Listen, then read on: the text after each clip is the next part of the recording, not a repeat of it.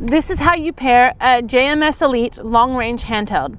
So to confirm that you have a long-range remote, you're going to look at the back of your handheld and you will see where it says 11332, or you'll look in your battery compartment and you may be able to see it there as well. I am going to push and hold the M-stop off and the remote on buttons for 5 seconds.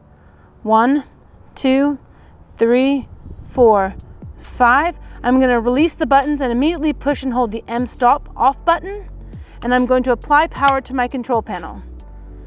Once the screen goes blue, I'm going to release the button and my lights will go away and you will hit remote on and your TX and your RX lights will light up. You will also be able to see your remote status will change to on. That is how you pair a JMS Elite long-range remote.